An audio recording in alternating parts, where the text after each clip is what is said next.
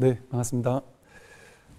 오늘 이제 사성제 지난 시간에 이어서 지난 시간에 이제 사성제에서 집성제에 대해서 설명을 드렸고요. 오늘 이제 멸성제를 설명을 드리겠습니다. 멸성제는 그 괴로움의 소멸에 대한 진리를 설명하죠. 그 멸하면 이제 니르바나라고 해서 우리가 불이 꺼진 상태, 열반 이렇게 표현을 해요. 즉 어떤 불이 꺼졌느냐? 우리는 지금 분별의 불길이 활활 타오르고 있어요. 나와 너를 나누는, 둘로 나누는 분별의 불길이, 분별심의 불길이 활활 타오르고 있고, 그 분별의 불길, 나다라는 아상 에고의 불길 속에서 탐진치 삼독이라는 불길이 막 중생에게는 불타오르고 있단 말이죠.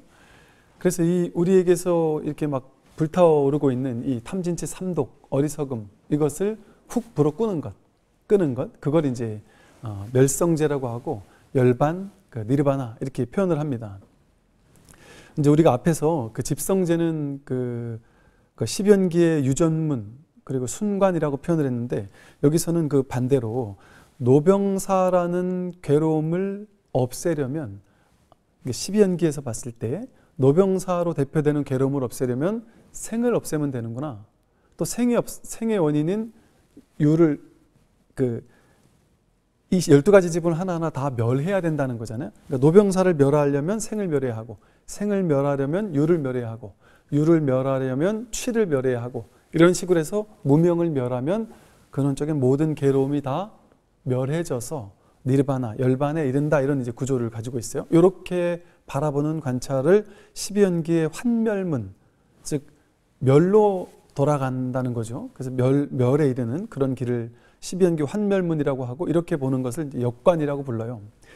요걸 이제 아까는 이제 노병사의 원인이 이것이다 이렇게 설명을 했으니까, 이번에는 이렇게 무명에서부터 한번 멸하는 것을 한번 설명을 좀 해보도록 그렇게 하겠습니다. 우리는 아까 앞에 말했듯이, 니르바나에서 말했듯이 분별망상의 불길이 치솟고 있어서 이 세상 모든 것을 실제라고 여기면서 둘로 나누어 가지고 나와 세계가 실제한다, 온 계공을 모르니까 내가 실제하고 세상도 실제한다, 이런 어리석음, 분별, 망상에 사로잡혀 있는 거죠. 부처님 가르침에 의하면 우리 연기무아라고 했잖아요. 이 세상 모든 것은 실제하는 것이 아니라 인연 따라 생겨나고 인연 따라 사라지고 그뿐인 거예요. 그런데 인연 따라 생겨나고 사라진 것을, 인연 따라 생겨나고 사라지던 어떤 그 연생연멸이 이렇게 쭉 계속되면서 어떤 거기서 모든 것은 이렇잖아요. 자연도 비가 와서 물길이 이렇게 한번 나기 시작하면, 물길이 한번 난도로 그 다음에 비가 오면 또 글로 물길이 나기가 쉽잖아요. 원래가 한 번, 두 번, 세 번 반복되면 그쪽으로 물길이 나는 거잖아요. 그럼 이게 물길이 나는 게 자기가 의식이 있어서, 자기라는 주관이 있고 의식이 있어서 나는 이 길로 갈 거야, 그래가지고 가는 게 아니죠. 의식이 없어도 그냥 가죠. 왜? 반복되니까 반복되는 패턴에 있어서 경향성이 이렇게 굳어진단 말이죠. 사람도 마찬가지란 말이죠. 인연 따라 다양한 어떤 삶의 경험들이 일어나고 있고, 그 경험 속에서 한 번 했던 것을 두 번째 하기가 더 쉬워지고, 두 번 한 거 세 번 하면 좀 더 쉬워지고, 그게 어떤 자기 성격으로, 어떤 경향성으로, 자기 업으로, 업식으로, 업습으로 굳어진단 말이죠. 그러니까 업식으로 굳어진 것을 보고 우리는 나라고 느끼는 거예요. 한 번 착하게 마음 먹은 사람은 두 번, 세 번, 네 번 계속 착한 마음을 먹을 확률이 높겠죠. 그리고 주변에 태어났는데 부모님이 착해요. 그러면 자식도 부모님의 영향을 받아서 계속 착한 생각을 하고 살겠죠, 저절로. 그러면 우리는 이 착한 걸 나라고 생각하는 거예요. 착한 성격은 나다, 나는 착한 사람이다. 그걸 자기라고 이렇게 딱 쥔단 말이죠. 왜? 나는 계속 이런 행동을 하니까. 근데 그게 진짜 나는 착한 사람이 날까요? 상황을 완전 최악의 상황으로 계속 몰아가거나 이렇게 바뀌면, 상황이 바뀌면 사람의 성격도 바뀔 수밖에 없어요. 고정된 나가 이런 사람이라고 생각했는데, 그건 사실은 인연이 반복되면서 그 경향성으로, 업습으로 굳어졌었을 뿐인 거예요. 근데 그걸 나라고 착각했던 것 뿐입니다. 그러니까 나의 고유성이라는 게 없어요. 그 고유성이라고 하는 것이 있다라면 그건 진짜 내가 그런 존재여서 그런 고유성이 있는 게 아니라 그러한 업이 있을 뿐이에요. 그러한 인연이 있을 뿐이에요. 인연이 그렇게, 그래서 만약에 제3자, 내가 정말 싫어하는 사람이 있는데 내가 그 사람과 같은 업, 그 사람과 같은 부모님, 그 사람과 같은 조건 속에 태어났다면 나도 똑같이 그 행동을 했을 겁니다. 왜? 그것을 행동을 하는 따로 자기의 고유한 개성이라는 게 없으니까. 근데 이게 반복적으로 이어지다 보니까 그 어떤 고유성인 것처럼 축적되어서 그런단 말이죠. 생각하는 방식도 사람마다 다르잖아요. 나는 착하게 생각하는 사람이 있고 항상 비꼬아서 생각하는 사람이 있죠. 왜? 삶의 경험 속에서 만들어진, 지난 시간에 공부했던 것처럼 업에, 수없이 많은 경험, 업에서, 행운에서 만들어진 시곤, 수없이 많은 경험 속에서 만들어진 의식이 부정적으로 자리 잡았거나 긍정적으로 자리 잡은 사람이 있을 거 아니에요. 그러니까 그런 거에 따라서 자기 분별 의식도 그렇게 달라지는 것 뿐이란 말이죠.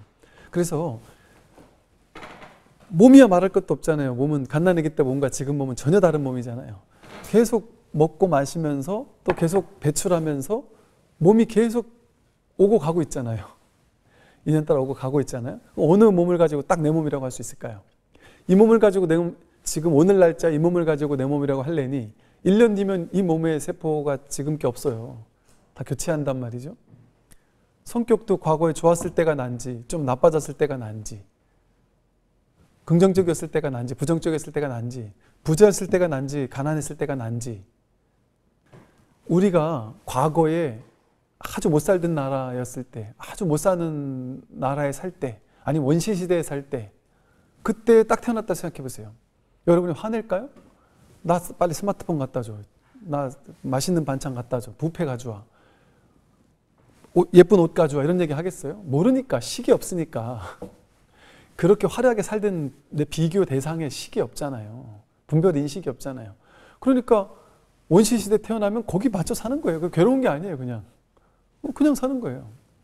군대 가면 그냥 군생활 하고 사는 거예요. 비교하지 않고 그걸 그냥 허용하고 받아들여 버리면 분별할 마음이 없으면 그게 괴롭지 않단 말이죠. 그러니까 지금 괴로운 사람이 왜 괴롭느냐? 연봉 3천만 원 받으면 괴로울까요? 행복할까요? 아무 상관이 없어요. 분별하지만 않으면 3천을 받든 5천을 받든 1억을 받든 상관이 없어요. 분별하지만 않으면. 근데 분별 나누어서 비교한다는 소리거든요. 과거에 내가 5천 받던 사람은 3천 받으면 화가 나겠죠. 나랑 동기라고 생각했고 나랑 못하다고 생각했는데 저 사람이 3천 받는데 내가 2천밖에 못 받는다고 하면 화가 나겠죠. 근데 그 분별이 없으면 1,000을 받아도 2천을 받아도 3천을 받아도 상관이 없어요. 그런 비교 분별의식이 없으면 아무 문제가 없겠죠. 원시시대 태어나도 상관없어요. 인도에서 태어나도 상관없어요. 부자도 상관없고 가난해도 상관없어요. 자식들 이래 키우고 이래 보면 어때요? 어릴 때부터 그 자식이 공부 잘할 줄 알아요? 몰라요. 얘가 공부 잘할지 못할지. 그러니까 고등학교에서 수능 얼마 전에 끝났는데 고등학교 수능 시험 보는 부모님들이 자식 수능 시험 때 막 벌벌벌 떨면서 대학교 좋은 데 보내야 된다고 막 스트레스 받는 건 왜 그럴까요? 분별해서 그래요. 즉 무슨 분별이에요? 얘가 한 초등학교, 중학교, 고등학교 한 12년 공부시켜 보니까 얘가 공부 썩 잘하는 것 같다. 얘 좀만 하면 좋은 대학 보내겠는데 이 비교에서 오는 분별심이 생긴 거예요. 근데 얘가 갓난아기 땐 그런 생각 없었단 말이에요. 얘가 잘하는지 못하는지도 몰랐고. 예를 들어 그 비교 분별심이 없으면 상관이 없어요. 잘하든지 못하든지. 그리고 예를 들어 첫째가 보니까 그냥 한 중간쯤 했다. 그럼 둘째 뭐 그렇게 크게 욕심이 있겠어요? 첫째만큼 하겠지 생각한단 말이에요. 근데 둘째가 첫째보다 좀만 더 잘해도 엄청 잘한다고 생각할 수도 있죠. 그러니까 그 모든 것들이 다 분별에서 오는 거란 말이에요. 다 분별 망상에서 생겨나는 것이다. 그러니까 지금이면 아무 일이 없어요. 분별할 게 없으면 괴로움이 있을 수가 없어요. 연기하지 않아요. 근데 우리는 분별하는 의식, 이거 실제라고 착각하기 때문에 괴로웠단 말이죠. 그래서 이제 다시 본론으로 가서요. 이 무명, 어리석음, 뭐가 어리석음이냐? 앞에 반야심경에서 말했던 조견, 오온, 계공을 모르는 게 어리석음이에요. 이 몸과 마음이 나라고 착각하면서 이게 오치온이라고 해서 5가지가 쌓여 있는 거라는 걸 모르면 분별 의식이 자꾸 쌓인 거 그걸 나라고 우리에게 쥐고 있는 마음 그것 때문에 괴로움이 생기는 거거든요. 그러니까 내가 나라는 오치온을 나라고 여기는 그런 아상이 생기니까 내 바깥에는 세상이 또 실제한다. 남들도 실제다라는 허망한 망상이 생기는 거예요. 즉 공성에 눈뜨지 못하니까, 본래 분별할 것이 없다라는 사실에 눈뜨지 못하니까, 무분별지 반야지에 눈뜨지 못하니까 세상이 실제하고 나도 실제한다고 착각하는 망상이 일어난단 말이죠. 그걸 무명이라 그래요. 삶의 진실을 모르는 것. 아무 문제 없는데 분별할 때 문제가 생긴단 말이에요. 근데 본래는 아무 문제가 없어요. 삶은 이대로 완전합니다. 그걸 모르는 게 무명이에요. 이렇게 무명, 어리석으니까 어떤 일이 벌어지느냐? 나도 진짜, 세상도 진짜. 나도 실제, 세상도 실제. 그러면 내가 세상에서 어떻게 살아야 되죠? 세상에서 뒤처지면 안 되고, 저 사람보다 나아야 되고, 나와 내 것을 지켜야 되는 일이 생겨요. 남들로부터 나를 지켜야 되고 보호해야 되고 내 거를 더 많이 늘려야 되고, 내가 늙고 병들고 죽으면 안 되고 나를 챙겨야 되는 일이 생긴단 말이에요. 내가 있다라는 망상이 일어나면. 그러니까 모든 행동 하나하나가 행동 하나하나에 힘이 들어가요. 유의 조작이 들어가요. 반드시 해내야 되는 거예요. 돈 버는 일 해도 그만 안 해도 그만이라는 생각 못 하잖아요. 무조건 해야 된다. 자식 대학교 좋은 데 가도 돼, 안 좋은 데 가도 되라는 생각을 못 해요. 이걸 꿈이라는 걸 딱 깨닫는다면은 최선을 다하되 안 돼도 괜찮고, 돈 버는 것도 최선을 다하되 안 돼도 어쩔 수 없고, 이게 나에게 달린 일이 아니라 사실 이 세상 모든 일이 자기 성공과 실패가 나에게 달린 일이라고 우리는 착각하잖아요. 망상을 부리는 거예요. 물론 제가 나에게 달린 일이 아니다라는 걸 여러분에게 진리라고 설명하려는 건 아니에요. 나에게 달린 일도 아니고 나에게 달린 일이 아닌 것도 아니에요. 쉽게 말하면 이 우주법계가 인연 따라 이렇게 생겨나고 사라지잖아요. 근데 우리 중중무진법계라는 말을 쓰듯이 인연은 어떤 하나의 원인이 하나의 결과를 만들어낼 수가 없어요. 이 세상은 이렇게 직선적인 인과가 아니에요. 이 행동을 하면 반드시 결과가 난다? 그렇지 않아요. 이 행동을 했지만 이 사람의 과거의 업이 어떠냐에 따라 다르게 결과가 나올 수도 있고, 이 사람의 평소의 행실에 따라서 나쁜 짓을 했는데도 사람들이 다 두둔해 주는 경우도 있단 말이죠. 수없이 많은 연기가 연결되어져서, 중중무진 연기가 연결되어져서 그 하나의 사건을 만들어내는 거지, 하나의 일을 만들어내는 거지, 어떤 특정한 A라는 게 A-를 바로 만들어내지는 않는단 말이죠. 그러니까 즉 내 미래가 성공할지 실패할지는 나에게만 달린 일이라고 할 수 없어요. 그렇다고 내게 달리지 않은 일이라고도 할 수 없지만, 나도 수없이 많은 연기 중에 하나잖아요. 무수히 많은 인연 중에 하나잖아요. 내 마음 내는 것도 그 인연 중에 하나잖아요. 되게 중요한 인연이긴 하겠죠. 그러니까 나에게 달린 일이 아니다라고도 할 수 없어요. 그러나 나에게 달린 일이라고는 더 할 수 없어요. 어떻게 나에게 달린 일이겠어요? 내가 성공과 실패하는 게. 인연이 받쳐주지 않으면, 시절 인연이 맞지 않으면 죽도록 노력해도 절대 성공 못해요. 성공을 너무너무 성공하고 싶은데 왜 이게 안 되지 싶은데 안 돼요. 그런데 다 포기해가지고 나는 아무리 해도 안 되는 거야, 죽도록 해도 안 되는 거야 하고 힘 빼고 다 포기해버렸어요. 그리고 그냥 할 수 있는 만큼만 하자 했는데 갑자기 그때부터 성공할 수도 있어요. 오디션 프로그램에서 1등 해야 돼 하고 막 긴장하고 스트레스 받으면서 막 어떻게든 1등 해야 돼 하고 노래하면은 노래 힘이 들어가서 노래를 망치잖아요. 근데 에라 모르겠다. 내가 되겠나. 그리고 힘을 쭉 빼고 노래 부르면 오히려 그런 사람이 더 놀라운 음악을 해내잖아요. 비슷하단 말이죠. 나에게 달린 일이 아니에요. 그런 나라는 게 정해져 있지 않아요. 인연 따라 이렇게 펼쳐질 뿐이고, 그 인연이라는 건 고정된 실상이 없어요. 그건 고정된 자아도 없고. 이 사실을 알면 최선은 다하되 행동을 어떤 것도 말하고 생각하고 행동하고, 성공하려고 애쓰고, 사랑하려고 애쓰고, 돈 벌려고 애쓰고, 자식 잘 키우려고 애쓰고 다 해요. 행동은 다 해요. 말, 생각, 행동으로 신구의 삼업을 잘 펼쳐내요. 그런데 말하고 생각하고 행동할 때 과도하지가 않아요. 과도한 스트레스가 없어요. 반드시 해야 된다는 그런 게 없어요. 나에게 달린 일이 아니라는 지혜가 있으니까, 무분별지라는 반야 지혜가 있으니까, 이게 꿈이라는 이 자각이 있으니까, 공하다라는 자각이 있으니까, 꿈속에서 이게 자각몽을 꾸는 사람이 꿈인 줄 아는데 꿈속에서 돈을 버는 게 막 심각하다가 문득 이게 자각몽이구나를 알면 그 돈 버는 게 심각하겠어요? 그냥 재미로 벌지. 안 벌려도 그만, 벌려도 그만.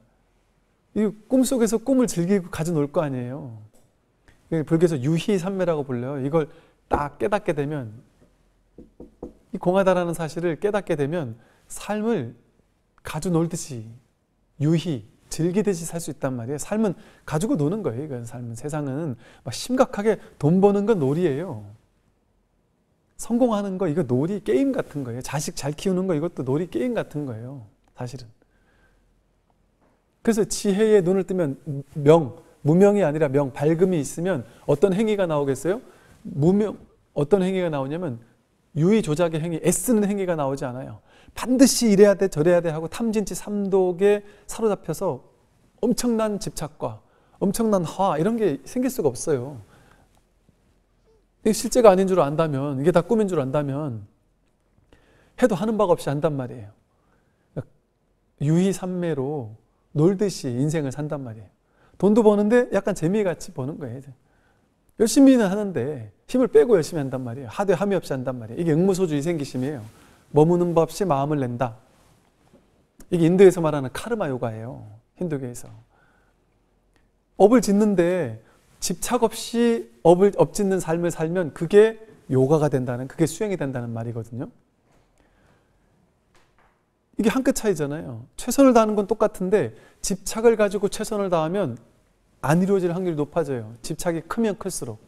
근데 집착 없이 최선을 다하면 그 일이 너무 쉽게 이루어질 확률이 높아져요. 집착이 없으면. 왜? 집착이 과도하면 안 되면 어쩌지 하는 두려움도 같이 커지잖아요. 두려워하는 사람이 성공하는 거 봤습니까? 두려움 없이 이렇게 릴렉스한 사람이 성공하거든요. 그래서 이렇게 무명을 멸하면 어떻게 돼요? 무명을 멸하니까 어리석음이 사라지니까 지혜가 있어요. 지혜가 있으니까 행을 멸하게 돼요. 행을 멸한다는 건 뭐냐면 행동도 하지 않는다는 게 아니에요. 업도 짓지 않는다는 게 아니에요. 말과 생각과 행동이라는 신구의 삼업을 짓는데 하되 하는 법 없이 하는 거예요. 머무는 법 없이 하는 겁니다. 즉 유의행이 무의행으로 바뀐단 말이죠. 그게 행이 명하라는 거예요. 그러니까 부처님은 행동하죠. 그죠? 부처님도 말하고 생각하고 행동하죠. 업을 짓잖아요. 부처님도. 부처님도 말하고 생각하고 행동하지만 부처님은 무의행을 하신단 말이에요. 해도 한 바가 없는 거예요. 부처님은. 그러니까 한 바에 걸리지 않는 거죠. 그러니까 겉으로 봤을 때 우리랑 똑같이 부처님도 행동하는데 그 결과에 걸리지 않는단 말이에요. 인과에 걸리지 않는단 말이에요. 그래서 이렇게 무명을 멸하면 행을 멸하게 돼요. 행을 멸하면 모든 행동을 다 하고 업도 짓고 열심히 살고 다 하는데 머물러 집착하는 바가 없어요. 이게 다 꿈인 줄 알기 때문에, 공한 줄 알기 때문에, 반야 지혜의 눈뜨기 때문에, 분별이 실제가 아닌 줄 알기 때문에 내가 분별한 거에 막 목숨 걸고 집착하는 일이 없어요. 갖고 싶은 걸 반드시 가져야 되라는 생각도 없고 싫은 거를 반드시 밀쳐내고 없애버려야 되라는 생각도 없어요. 그냥 주어진 인연에 내맡기고 살게 돼요. 저절로. 저절로 지혜가 생겨나는 행을 하게 돼요. 그러면 무의행을 하게 돼요. 무의 자연에 자연스럽게 삶에 내맡기고 살게 돼요.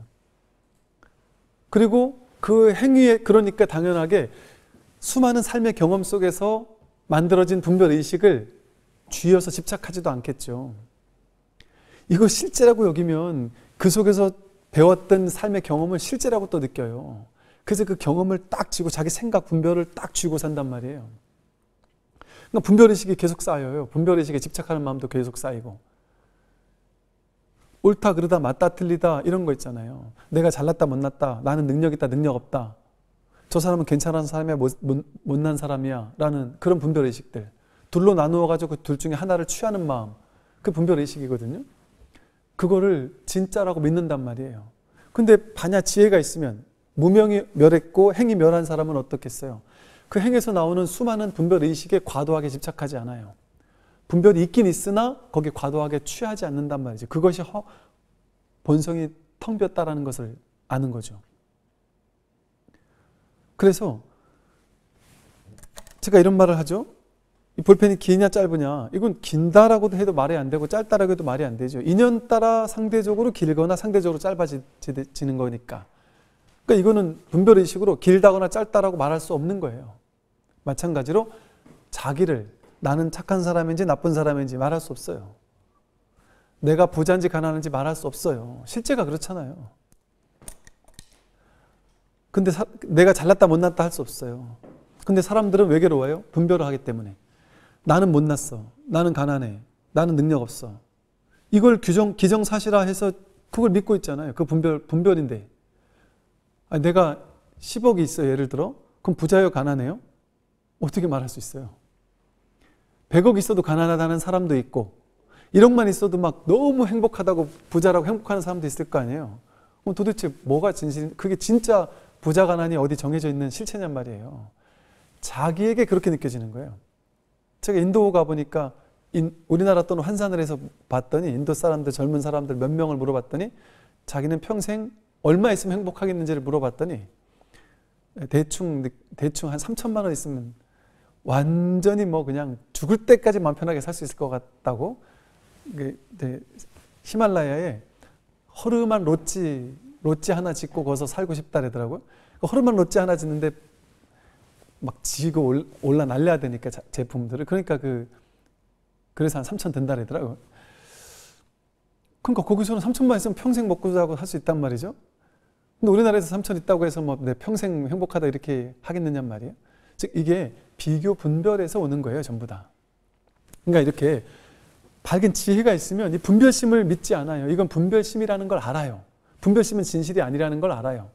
무분별지야말로 진짜라는 걸 알거든요. 무분별지는 뭐겠어요? 분별하지 않는 게 아니라 분별하되 분별에 집착하지 않고 분별하는 거예요. 그러니까 현실에서 판단할 줄 알아요. 분별할 줄 알아요. 할 거 다 할 줄 아는데 거기 과도한 집착심이 없는 거예요. 그러니까 행위 없으면 식이 없단 말이에요. 식이 없으면 내가 분별한다는 그 주관의 인식이 없으니까 내가 바깥에 실제한다라고 느꼈던 명색, 이름과 모양을 지닌 모든 것들, 그걸 실제한다고 느끼겠냔 말이에요. 내가 실제한다는 착각에서 그것도 실제한다는 분별망상에 나왔는데, 그러니까 내가 실제가 아니구나라는 걸 내 의식이 실제하지 않고 이 명색이라는 내 바깥 대상이 실제하지 않고 눈 깊고 혐오 뜻이라고 하는 입이라고 하는 내입처, 눈 깊고 혐오 뜻을 나라고 여기는 그것이 망상이다. 실제하지 않는다. 그건 다 인연 따라 만들어지는 거예요. 우리 18개 외울 때 배웠잖아요. 눈 깊고 혐오 뜻과 색상의 미촉법이 접촉할 때 이 세 개가 화합해가지고 식이 생긴다. 이 세 가지가 화합해야지만 생기는 거지 이 세 개가 화합하지 않으면 그게 없어요. 그런 게 없어요. 이렇게 분별의식, 식이 멸하면 명색이 멸하고 명색이 멸하면 유깁이 멸한단 말이에요. 또 유깁이 멸하면 촉이 멸한다. 즉 이 말이 다 같이 말하면 뭐냐면 18개가 실제하는 게 아니라는 거예요. 무안이비서신의 무색상미촉법 무안개 내지 무의식계를 설명하는 거예요. 이 부분이. 눈 깊고 혐오 뜻이 내가 아니에요. 이거는 그냥 바깥 경계 따라 인연이 접촉하면 보는 인연 따라 보는 의식이 일어날 뿐인 거예요. 근데 우리는 보는 내가 있고 보는 바깥에 실제 대상이 있고 분별한 의식이 있고 분별한 의식이 바라보는 또 명색이라는 대상이 실제한다. 이렇게 모든 걸 다 이렇게 실제화하는 작업을 하고 있었단 말이죠. 12연기 과정을 통해서 그렇게 세상 전부가 실제한다라는 그런 착각, 그게 다 자기 망상 분별인 줄 모르고, 그 다 분별의식인데 분별의식을 명색으로 분별하고 유깁으로 분별하고 촉으로 분별하고 했단 말이죠. 이게 멸하게 되면 수가 멸한단 말이에요. 분별의식이 실제하지 않는다는 걸 알았다면 느낌에 좌우되겠습니까? 분별에서 느낌이 나왔잖아요. 그러니까 당연히 명색, 유깁이 멸하면 당연히 수가 멸해요. 좋은 느낌, 싫은 느낌, 실제 좋은 느낌, 싫은 느낌이 이게 이제 교리가 아니라 좋은 느낌, 싫은 느낌이 실제하지 않죠. 내가 경험 속에서, 행식 속에서, 행식, 명색, 유깁, 촉 속에서 좋은 느낌, 싫은 느낌이 연기하잖아요. 내가 과거 경험 속에서 이 사람과 나와 좋은 관계고 내가 이 사람 사랑하는 관계라는 과거 경험, 행이 있었어요. 나는 사람 사랑해라는 분별의식이 있었고 내 명색에서 이 사람은 좋은 남자야 라는 명색이 있고 내가 눈 깊고 혐오 뜻인 내가 이 사람을 만나는 거야. 이런 무명, 행식, 명색, 유깁, 촉, 수까지 나오니까 거기서 수가 이 사람을 만나면 좋아 라는 게 이 좋은 느낌이 연기한단 말이에요. 그럼 이 사람 손을 만지면 그 앞에 있었던 행식, 명생, 유깁, 촉 때문에 이 사람을 손을 만지면 따뜻하고 사랑스럽단 말이에요. 그런 느낌이, 좋은 느낌이 연기한단 말이에요. 그런데 이 사람이 아니라 내가 드라마나 영화에서 볼 만한 아주 그 사기꾼, 나쁜 놈, 그 범죄자 같은 사람이 저 멀리서 나를 쫓아오고 있어요. 밤에 쫓아오고 있어요. 그러면은 그 영화를 봤던 경험, 또 누가 밤에 이렇게 쫓아오면 무섭다라는 그런 생각, 분별의식, 이런 것들이 딱 쌓여있던 것 때문에 내가 봤단 말이에요. 저 누가 쫓아오는 걸 눈으로 봤고 소리를 들었고 발소리가 점점 나에게 다가오고 있단 말이죠. 그러면 행식, 명생, 유깁, 촉 때문에 어떤 느낌이 연기하겠어요? 무섭다, 두렵다, 저 사람이 나를 해코지 하는 거 아니야? 이런 느낌이, 나쁜 느낌이 연기할 수 있겠죠. 그게 다 앞에 있던 그 의식으로 연기된단 말이죠. 그래서 이렇게 좋은 느낌이 일어나거나 싫은 느낌이 일어나면 수, 애, 취, 유가 생기잖아요. 그러니까 수가 멸하면 좋은 느낌, 싫은 느낌은 있지만 그 느낌에 끌려다니지 않는단 말이에요. 그러니까 애욕으로 가더라도 과도한 애욕이 되지가 않아요. 좋고 싫고 정도의 분별은 하겠지만 그건 막 과도하게 애욕에 휩싸이고 있지 않고 거기서 한 발 더 나아가서 취하지 않는단 말이에요. 취하려 하지 않는단 말이죠.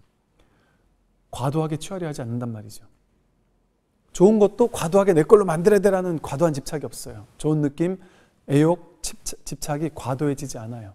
노력하는데 안 되면 어쩔 수 없고 되면 좋고 안 되면 말고. 그러면 그런다고 해서 결혼을 못하느냐? 결혼할 수 있죠.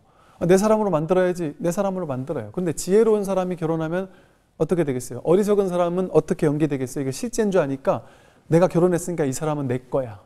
소유욕이 있단 말이야. 자식도 내 자식이야. 내 거니까 내가 내 뜻대로 해야 돼. 내가 지켜야 돼. 이런 게 있단 말이죠. 이게 있으면 상대방 오히려 구속할 수 있죠. 그 상대가 오히려 더 힘들 수 있죠. 어떤 분이 그런 TV에 보니까 그런 게 나오대요. 나는 자식과 아내를 너무 사랑해서 자식과 아내를 완전 구속, 핸드폰으로 1분 1분 어디서 뭐 하는지를 다 알지 못하면 살 수가 없다. 너무너무 두렵다. 그러니까 이게 내가 이들을 사랑하는 방식이다. 근데 그들은 힘들어 죽겠는 거죠. 이게 어디서 나왔냐 했더니 이분의 과거 삶의 경험 속에서 어릴 때 부모님에게 그렇게 이게 좀 이래 상처받았던 그런 것 때문에 나는 돌봄받지 못하는 사람이구나. 내가 나중에 가정을 이루면 이들을 내가 사랑해주고 항상 내가 그 힘들 때 그 옆에 있어야겠구나라는 생각을 한단 말이죠. 그런데 그게 과도하니까 오히려 상대방을 나는 사랑한다고 한 건데 그들은 더 괴로웠던 것이죠. 또 본인도 괴롭고. 그러니까 여기서 괴로움이 연기하는 거예요. 그럴 필요가 없다라는 사실을 모르는 거예요. 왜? 지금 우리가 공부했던 이 12연기 과정을 통해서 그런 트라우마라든지 그런 분별심들이 실제인 것처럼 나에게 쥐어 있었단 말이죠. 사로잡혀 있었단 말이죠. 그러니까 그게 없으면 보세요. 이렇게 과도한 느낌 없고 과도한 애욕이 없어지고요. 과도한 취착이 없어져요. 그러면 좋은 쪽으로도 과도하게 취하려는 마음이 없고 싫은 쪽으로도 과도하게 밀쳐내려고 하지 않아요. 과도하게 미워하지 않아요. 탐심도 없지만 진심도 없단 말이에요. 화내고 썩내는 마음도 없어요. 막 과도하게 미워하는 마음도 없다. 그래서 이렇게 수가 멸하면 애가 멸하고 또 취가 멸하고 그러면 유가 멸해요. 유가 멸한다는 건 뭐냐면 업을 짓지 않는단 말이 아니라 말도 하고 생각도 하고 행동하고 업을 져요. 업을 짓는데 유루업이 아니라 무루업이 된단 말이에요. 때가 없는. 즉 유의행이 아니라 무의행을 하게 된단 말이죠. 앞에서 말했던 것처럼. 하되 한박 없이 한다. 하는데 결과에 대한 집착 없이 하는 거예요. 과도한 집착 없이, 사로잡힘 없이. 그 인연에 내맡기고 하는 거예요. 나라는 내가 한다라는 생각이 있으면 내가 반드시 해야 돼 이런 생각이 있는데 그게 없으니까 그냥 인연 따라 살 뿐이에요. 그래서 옛날 조사 스님들 선어록을 보다 보면요. 대부분 그래요. 선어록에 스님들이 어떻게 살고 있는지를 이렇게 수레하는 장면들이 곳곳에 나와요. 스님들마다 다 나오는데 전부 다 똑같아요. 어떤 얘기가 나오냐면 예를 들면 임성, 수류 이런 표현이 있어요. 임성, 성품에 내맡겨서 수류, 그냥 물 흐르듯이 흘러간다. 그리고 인연을 만나면 베풀고 인연이 없으면 쉰다. 그런다고 해서 안 하는 것도 아니에요. 인연을 만나면 그 순간 충실해서 온전히 그 순간에 100% 깨어 있으니까 반응하고 작용하고 사니까. 이게 이제 그래서 불교는 아예 행동하지 않는 게 아니에요. 무소유해서 소유하지 않는 것도 아니고 열심히 살지 않는 것도 아니에요. 릴렉스 하라 랜다고 해서 열심히 살지 않는 것도 아니에요. 오히려 과도한 집착이 없을 때, 과도한 취착심이 없을 때 순수한 열정이 붙어요. 그 순수한 열정에서 순수한 행동이 나와요. 아주 뭐랄까 이렇게 살아 움직이는 생생한 열정이 붙어요. 그럴 때 막 집착을 가지고 하는 사람보다, 그게 이 말인 거예요. 우리가 좋아하는 말로 열심히 하는 사람이 즐기는 사람 못 당한다 그러잖아요. 즐긴다는 건 뭐예요? 노래를 열심히 해서 그 노래 작곡해가지고 내가 대박 나겠다라고 생각하고 노래하면 노래가 잘 될까요? 근데 그냥 즐기는 거예요. 그러니까 대박곡을 만들려고 막 하면 몇 날 며칠을 걸릴 거 아니에요. 근데 진짜 명곡은 5분 만에 나온다 그러잖아요.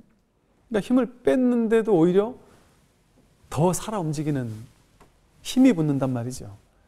그게 순수한 열정이거든요. 그 순수한 열정에 내맡겼을 때 과도한 집착은 없는데도 불구하고 완전히 살아나요. 그러니까 우리 생각에는 스님, 그 집착이 없으면, 집착이 세상 발전하는데 원동력이 됐는데 그 집착이 없으면, 소유욕이 없으면 어떻게 세상이 발전합니까? 그는 생각이에요. 생각에서 나온 말이에요. 그렇게 해봤느냐 말이야. 해봤느냐. 저부터도 누가 글을 써달라래가 쓰기 싫은데 막 써달라면 억지로 쓰면 글이 안 써져요. 너무 힘들어요. 뭐 쓸 얘기가 없으니까 막 책 찾아보고 정보 찾아보고 막 거기서 써야 되니까 얼마나 힘이 들겠어요? 근데 그냥 어느 날 문득 어떤 아이디어가 떠올라서 그냥 이렇게 자판기에 손만 얹어놨는데 정신 차리고 보면 글이 끝나 있어요. 어떨 때는 이렇게 시간이 많이 지났나 싶어서 페이지 수를 보면은 1페이지부터 시작했는데 어느 날 보면은 A평지 한 20페이지가까지가 막 쉬지도 않고 얘가 그냥 혼자서 지 손가락에 그냥 이렇게 춤을 추는 것 같은? 겉에서 그냥 봤을 때는. 근데 전혀 에너지 낭비가 없단 말이죠. 과도한 어떤 의도, 조작이 개입되지 않으면 오히려 에너지 낭비가 없고 더 놀라운 점은요. 그렇게 예를 들어 그렇게 쓴 글을 나중에 다 쓰고 나서 이렇게 읽어보거나 뭐 혹은 1, 2년 지나고 나중에 읽어보잖아요. 그러면 제가 깜짝 놀라요. 이거 내가 쓴 거 맞아? 어떻게 이런 아이디어가 나왔지? 왜 그럴까요? 그게 맞는 거예요. 내가 쓴 게 아닌 거예요. 인연이 그렇게 만든 게 인연이. 거기 내가 붙을 수가 없어요, 사실은. 우리 그거 알잖아요. 이거 어떻게 내가 이런 거 썼단 말이야? 놀래잖아요. 신기하잖아요. 여러분, 예술 작품한 사람도 자기가 해놓고, 야, 이게 내가 했단 말이야? 자기 스스로 놀라거든요. 그러니까 갓난 애기들은 아는 거예요. 어린 애들은. 애들은 지가 그림 그려놓고, 엄마 이것 좀 봐. 손이 그린 그림 좀 봐. 내가 그렸다고 안 그런다는 거예요. 손이 그린 그림 좀 봐. 이런다. 나라는 동일시가 없으니까. 이렇게 수, 애, 취, 유가 멸한단 말이에요. 이렇게 업, 유가 멸하면 어때요? 이런 행동을 하는 법 없이 하는 거예요. 그러니까 과도한 뭔가를 만들어내질 않아요. 문제될 만한 걸 만들어내질 않아요. 생을 만들어내지 않아요. 관계를 맺는데 화가 막 난다든지 화나는 어떤 현실이 막 벌어진다든지 또 예를 들어 내가 대학을 갔어요. 그러면 열심히 공부하는 업행을 통해서 행위를 통해서 좋은 대학을 갔잖아요. 그러면 생이라는 게 탄생하잖아요. 대학생이라는 게 탄생하잖아요. 이제 내가 대학교를 갔다는 명문대를 갔다라는 생이 탄생하잖아요. 그 유의 조작했으니까 유의의 결과인 생이 탄생하는 거예요. 그런데 멸한 사람은 어떨까요? 멸한 사람은 열심히 공부해가지고 대학교를 붙었어요. 근데 이 사람은 그 똑같은 대학생인데 앞에 사람은 나는 A대학 들어갔어 이러면서 어깨 힘들어가고 나보다 못한 대학교 다닌 사람 보면 좀 무시도 하게 되고 나도 모르게 무시도 하게 되고 내가 이만한 대학 나왔으니까 이걸 나와 동일시하는 어리석음이 생긴단 말이에요. 그게 무시당하면 또 괴롭고 거기서 괴로움이 생기거든요. 그런데 이 B라는 사람은 어때요? 하면서도 내가 한다는 마음 없이 했고 가도 간다는 마음 없고 그것이 뭐 높다 낮다라는 그런 분별이 없이 그냥 간 거예요. 그냥 인연 따라 간 거예요. 그러니까 이게 높은 대학 낮은 대학이라는 생각이 아니라 분별이 없으니까 그냥 서로 다를 뿐이라는 걸 아는 거예요. 그러니까 저 사람 다른 대학 간 사람에 의해서 내가 우월감을 느낄 일이 없죠. 우월감이라는 그 명문대를 나왔다라는 게 태어날 일이 없잖아요. 그런 허망한 망상이 탄생될 일이 없어요. 그러니까 생이 탄생되지 않는단 말이죠. 생이 있으면서도 생이 없단 말이에요. 그러니까 그 사람에게 노병사가 없어요. 앞에 있는 사람에게 노병사, 생주의멸은 뭐겠어요? 아, 내가 명문대 갔는데 너 나를 무시해? 나 이런 사람인데? 또 요즘에 그런데요. 요즘 젊은 사람들은 우리 때랑 달라서 옛날에는 결혼해서 단칸방부터 시작해가지고 한 10년, 20년, 30년, 40년, 한 3, 40년 살면 평생 죽도록 노력해가지고 나이 이제 한 50, 60 돼가지고 이제 내 집 하나 마련하면은 내 인생 성공했다 이렇게 생각하며 어르신들은 사셨단 말이죠. 근데 지금은 어떻게 된 게 지금 20대 친구들이 대학교 가면은 뭔가 대학생들의 낭만, 뭐 여행, 뭐 행복, 이런 동아리, 뭐 취미 활동 이런 거보다도 요즘엔 대학생들이 전부 다 무슨 주식 동아리, 뭐 창업 동아리, 뭐 돈 버는 동아리, 뭐 이런 거 관심, 아파트 동아리 뭐 이런 거 관심이 많다는 거예요. 그래서 어떻게든 산다는 거예요. 어떻게든. 그게 어떻게 되지? 그러니까 대학생은 돈이 없는데 어떻게 되지? 그게 어떻게 되는 게 있대요. 방법이. 그 되는 방법을 하면 무리를 해야 될 거 아니에요. 무리를. 이렇게 빚도 안고 해야 되고 과도하게 무리를 해야 될 거 아니에요. 그러니까 즉 이렇게 뭔가 내가 이런 사람이야 라는 어떤 상을 만든단 말이에요. 상. 분별망상을 탄생시킨단 말이에요. 그렇게 분별망상을 탄생시키니까 그렇게 사는 사람은 12연기에 봤을 때 어때요? 지금처럼 우리가 공부했듯이 끊임없이 탄생시키죠. 매일. 하루에도 얼마나 많은 분별을 탄생시키겠어요. 내가 성공했어라는 분별, 내가 좋은 대학 갔어라는 분별, 나쁜 대학 가서 괴로워라는 분별, 저 사람이 나를 욕했어라는 분별을 탄생시키고, 내가 누구한테 무시당했다라는 분별을 탄생시키고, 끊임없이 이 12연기의 과정을 통해서 계속해서 괴로움을 탄생시키는 거예요. 생을 탄생시켜 놓으니까 노병사가 혼란스럽게 지속되는 거죠. 얼마나 많은 우리 생에 만들어 놓은 분별이 하루에도 5만 가지 분별이 일어난다고 하니까 그 5만 가지 분별 때문에 얼마나 복잡해요. 그러니까 이런 말 있거든요. 산계, 혼귀 이런 말. 이제 진울 스님의 수신결 첫 번째 문장이 삼계, 혼귀래요. 삼계가 혼란스럽게 일어난다. 욕계, 숙계, 무색계. 이 세상이 내 마음속에서 이 세상이 복잡한 세상들이 혼란스럽게 일어나 있단 말이에요. 자기에게는. 분별하는 중생에게는. 어제 만들어 놓은 몇만 가지, 몇십 가지의 심각한 일들이 오늘 수습해야 되잖아요. 그러니까 얼마나 혼란스러워요. 항상 혼란스럽지 않습니까? 항상 불안하고 초조하고 두렵고 잘 나가도 불안하고 두렵고 초조해요. 아주 잘 나가는 사람, 승승장구하는 사람은 부럽잖아요. 승승장구하는 사람은 승승장구 안 하는 사람보다 오히려 더 큰 불안과 두려움과 초조가 있어요. 이거 무너지지 않을까? 여러분 잘 나가는 연예인들이 엄청 행복할 것 같잖아요. 겉으로는 당당한 모습이 멋있잖아요. 속마음은 불안, 초조하죠. 그래서 공황장애가 많이 오는 거죠. 이 생각의 장애거든요. 그게 다. 왜? 내가 잘 나가니까 인기가 많으니까 이게 언제 무너지면 어쩌지? 그리고 연예인들은 어떻겠어요? 비교 분별이 너무 심한 직업이 연예인 아니겠어요? 나보다 조금만 인기 많으면 나는 인기가 떨어지는 거잖아요. 조금만 나보다 인기 많은 사람이 있으면 거기 발탁이 안 되는 거잖아요. 근데 이게 분별이 많이 생겨나니까 더 크게 괴로울 수밖에 없는 거죠. 그래서 이렇게 우리가 12연기라는 과정을 통해 내가 어떻게 태어나느냐, 내가 늙고 병들고 죽느냐 이 문제가 아니라 태어났다 늙고 병들고 죽는다가 다 분별이에요. 여기서 일어나는 분별. 모든 게 내가 일어나는 사건 사고가 일어나는 모든 것들이 전부 다 생로병사예요. 그 생로병사가 나라는 존재의 생로병사도 포함해서, 근데 나라는 존재의 생로병사에서 일체 모든 내가 느끼는, 내가 보는 모든 만법이라고 여기는 이 모든 것들이 어떻게 태어났느냐, 어떻게 노병사라는 괴로움을 나에게 가져다 주느냐, 그게 어떻게 연기했느냐를 살펴볼 수 있는 가르침이 바로 12연기다.